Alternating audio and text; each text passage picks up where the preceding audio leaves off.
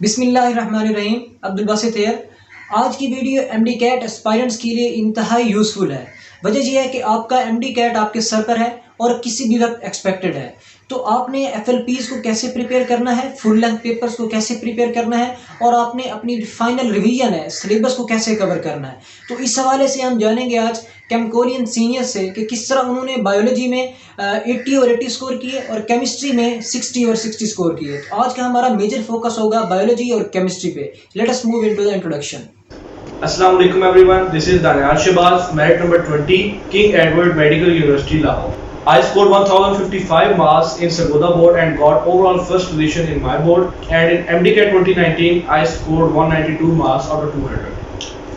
And today I am studying in my dream institution, King Edward Medical University, Lahore. So today I am going to guide you guys about the biology portion of the MDCAT. Assalamu alaikum dear fellows. I am Muhammad Shoaib Bilal and I am currently studying MBBS in King Edward Medical University, Lahore. I scored 1043 marks in FSC Pre-Medical in 2019. In MDCAT I got 192 out of 200 and in chemistry portion of MDCAT I got 60 out of 60.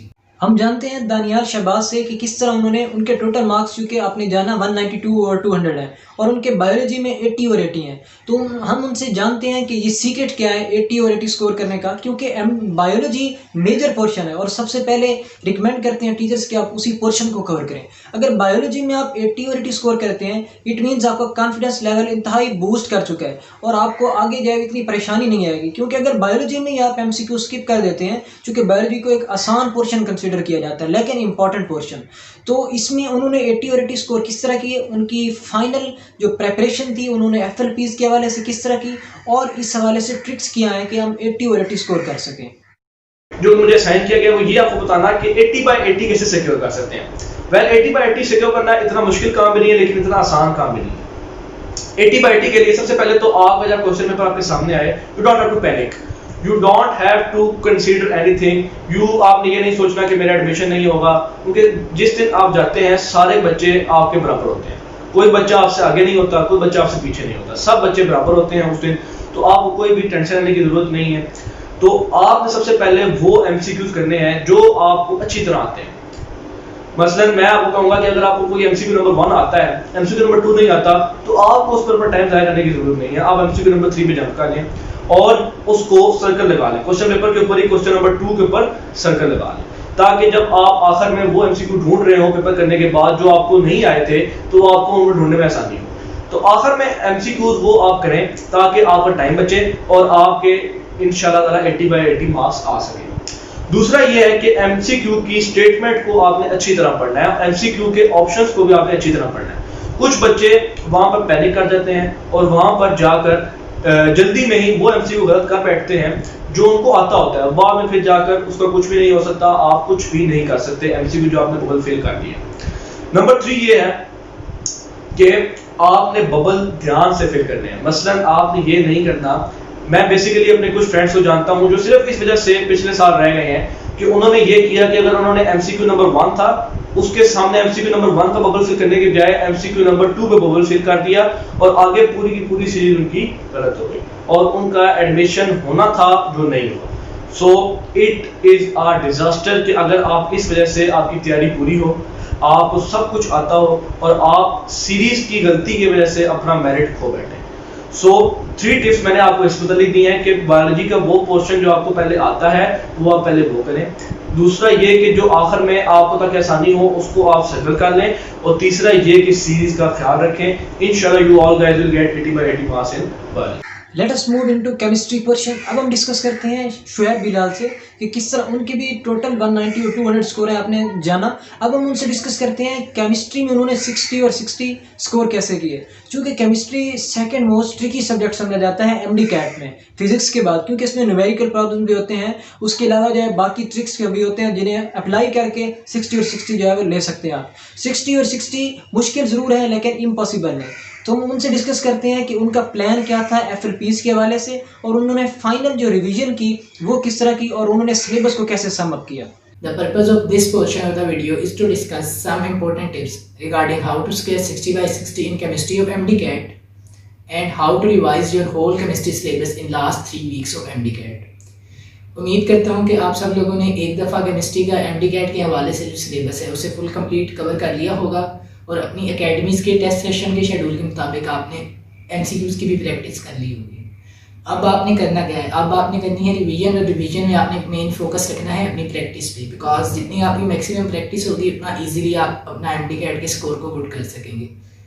आपने अपने UHS के syllabus को review करना है और अपनी text book को follow करते हुए उन टॉपिक्स को मार्क करना है जो आपके टेस्ट सेशंस में या क्लास सेशंस में वीक रहे हैं।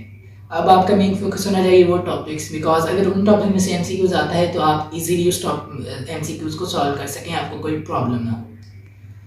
केमिस्ट्री में 3 पोर्शंस मेन है, ऑर्गेनिक, इनऑर्गेनिक और फिजिकल। ऑर्गेनिक में से मैक्सिमम MCQs आते हैं, 60 में से 38 to 40 MCQs ऑर्गेनिक पोर्शन में से कवर होते हैं। तो आपने अगर ऑर्गेनिक अच्छे से किया हो तो आपके कंसेप्ट्स इजीली बिल्ड हो जाएंगे और आप मेन फोकस कर सकेंगे बाकी दोनों पे भी। तो ऑर्गेनिक में आपने 2 मेन एस्पेक्ट्स को डिस्कस करना है, एक कन्वर्जन्स और दूसरा nomenclature, because maximum MCQs organic portion में से इन दोनों में से आते हैं और 1 या 2 MCQs होते हैं इन्फो बेस्ड, वो काफ़ी ईजी होते हैं और बुक की स्टेटमेंट्स होती हैं। कन्वर्जन्स के लिए आपने क्या करना है, एक्सरसाइज करनी है, एक्सरसाइज के MCQs करने हैं, एक्सरसाइज के शॉर्ट क्वेश्चंस जो कन्वर्जन से रिलेटेड है।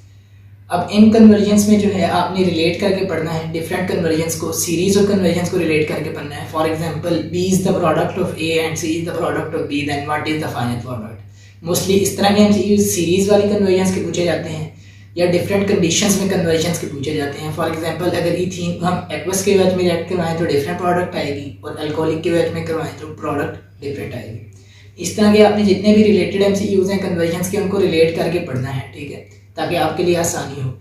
उसके बाद दूसरा मेन एस्पेक्ट है ऑर्गेनिक का, वो है नॉमेनक्लेचर।